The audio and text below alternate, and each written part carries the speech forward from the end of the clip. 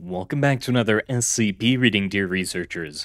Today we'll be reading SCP-267, Tumorvore.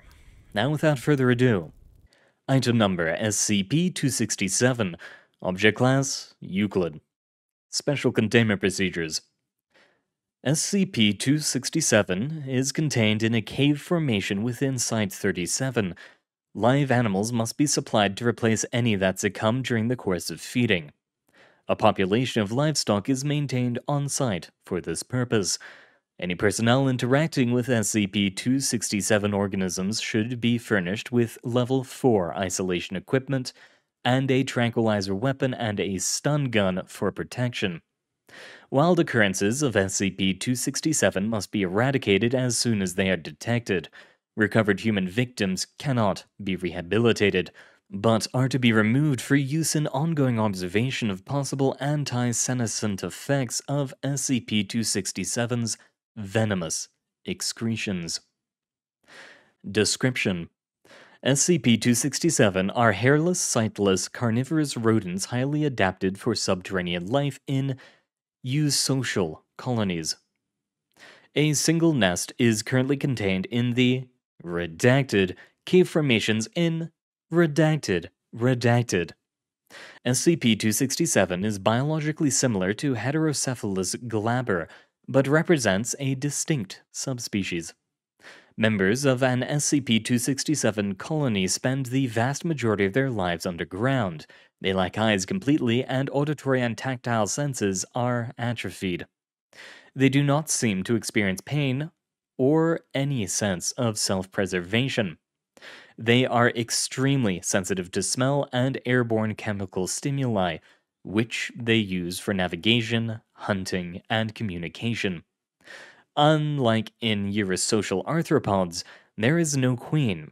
There are caste divisions in its population, however, including workers, soldiers, breeders, and nursery attendants.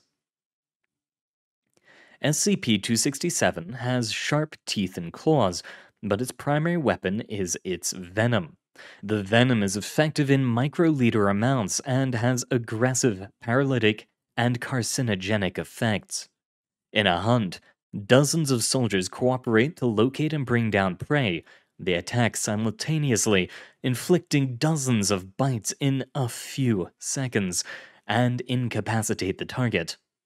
They then drag it, conscious but immobile, back to their colony. At the colony, swarms of worker caste SCP-267 emerge to transport the victim inside. Workers remove foreign aromas, carefully check for parasites, and physically dismantle the organism's means of locomotion to prevent escape. By this time, tissues directly exposed to venom have begun to exhibit abnormal cell division. Within 24 hours, undifferentiated masses of tissue are visible at every bite location. The tumors arise spontaneously but seem to target skin and fatty tissues. As growths, they are less likely to threaten vital organ systems. This has the added benefit to SCP-267 of producing a high concentration of energy-rich lipids for consumption. The tumors grow continuously until a few days after the larder animal's death. Because of the rapid tumorigenesis, larders have massive caloric needs.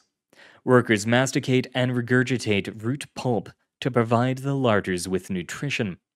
They seem to distinguish cancerous from healthy tissue by its scent and remove tumors for consumption once they have ripened to a desirable size. Workers have been observed licking and tending to larder animals to keep them clean and healthy. Larder animals last between 12 weeks and redacted years depending on the species, and supply all of the colony's food.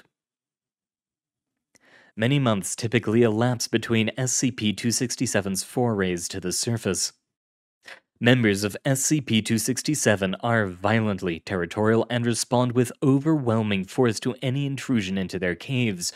With sufficient food, they are capable of extremely rapid reproduction, a fact that has become particularly threatening. since the extinction of their primary predator, redacted. Addendum 267-1. Bones from human beings have been uncovered in multiple waste areas within the caves, dating back several thousand years. Because of the difficulties in operating inside the nest, a full forensic survey of these leavings is unfeasible. 19 months after containment was first established, Larder A26 was discovered to be human, possibly redacted, who disappeared along with his family on a family trip in 19 redacted at the age of redacted in the single digits. The lack of appendages combined with rampant tumor growth is responsible for delaying the initial identification. Genetic tests are consistent with human DNA with massive deleterious mutations. Attempted interviews with the subject SCP-267-A26 have discovered only that his language faculties have atrophied over the course of his imprisonment. Addendum 267-2. SCP-267 shows a marked preference for acquiring humans as compared to other mammals. This is likely a result of humans' long lifespan and fast metabolism compared to other prey.